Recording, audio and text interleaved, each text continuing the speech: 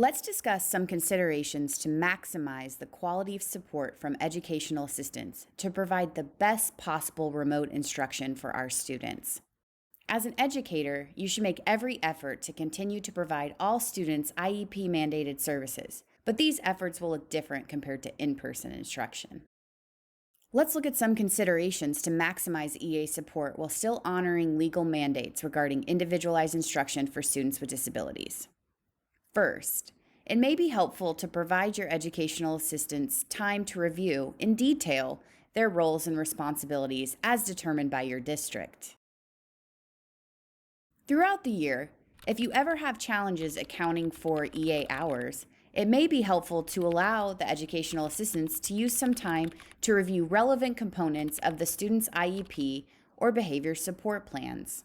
The following ideas for utilizing educational assistant support during remote instruction are suggestions. It is expected that administrators and educators will use appropriate professional judgment when implementing any of these strategies. Additionally, remote instruction is challenging for all of us.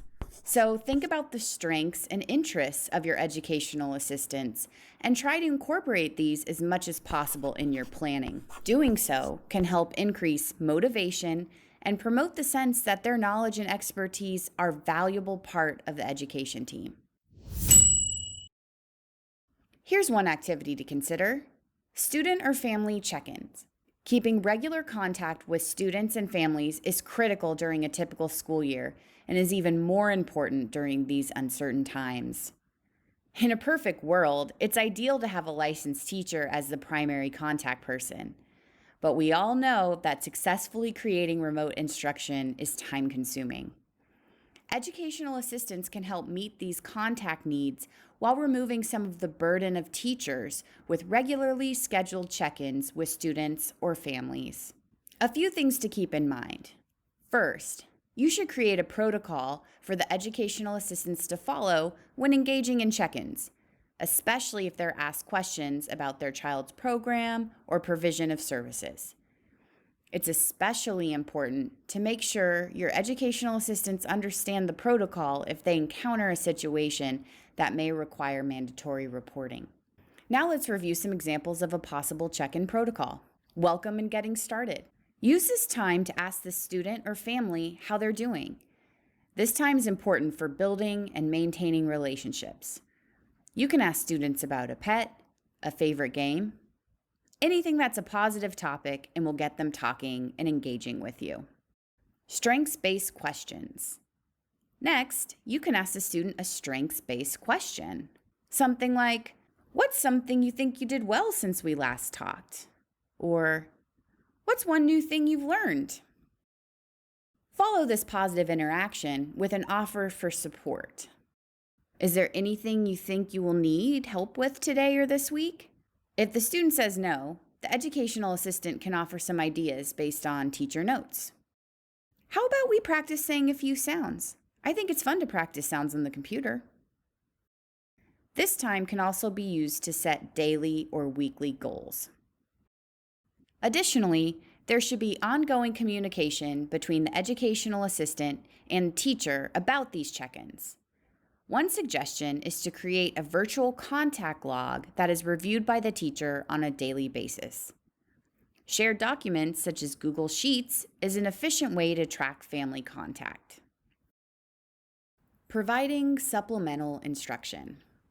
If supplemental instruction is provided by EAs, it should primarily focus on practicing already acquired skills, minimizing educational regression, and strengthening maintenance and generalization of learned skills. Let's discuss a few ideas, but don't forget, you can get creative.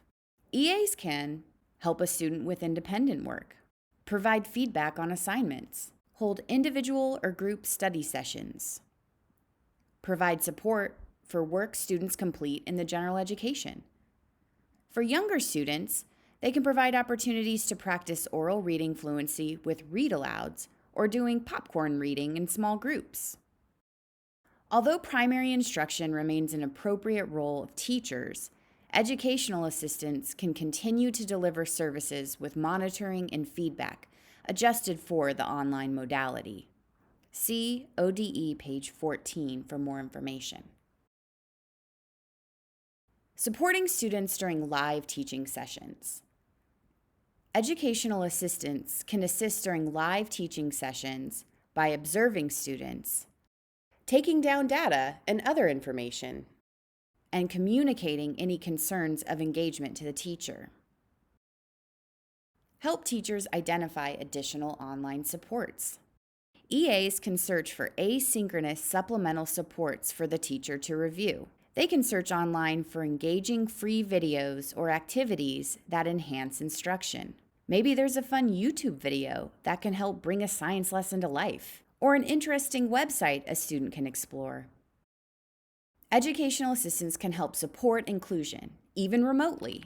Inclusion doesn't just happen in a building, it also occurs online. As a teacher, consider checking in with the general education teacher to see if an EA can help to increase opportunities for one or more students to be included during remote general education learning. EAs can monitor student engagement and behavior during large group instruction. They can provide valuable information about students who may need additional support for accessing or understanding the material. Also, EAs can help collect data for IEP goals and progress monitoring, both in general education and when they receive individualized instruction with the special education teacher. Additionally, educational assistants can review the lesson plans in general education ahead of time and identify any challenging content with the student before the live teaching session with the general education teacher occurs. Facilitate social interactions. There is no question that remote instruction does not perfectly equal in-person education. Luckily, EAs can help minimize some discrepancies through remote activities to facilitate social interactions with peers. Here are some ideas to get you started. But again, don't forget to get creative. Social skills sessions with peers. Asking and answering questions. Show and tell. Dance parties. Questions of the day. Cooking demonstrations. Home experiments. Pet parades, where students get to show their pets and answer questions, and students without pets can draw or talk about their dream pet. Treasure hunt. Get to know your peers trivia. Virtual recess. Stretching, fine motor, or gross motor activities. Or even exploring nature around your home. What other ideas can you think of? And last but not least, don't forget the gratitude. It's easy to lose a personal connection with your instructional team when collaborating remotely. Educational assistants are a critical part of school success.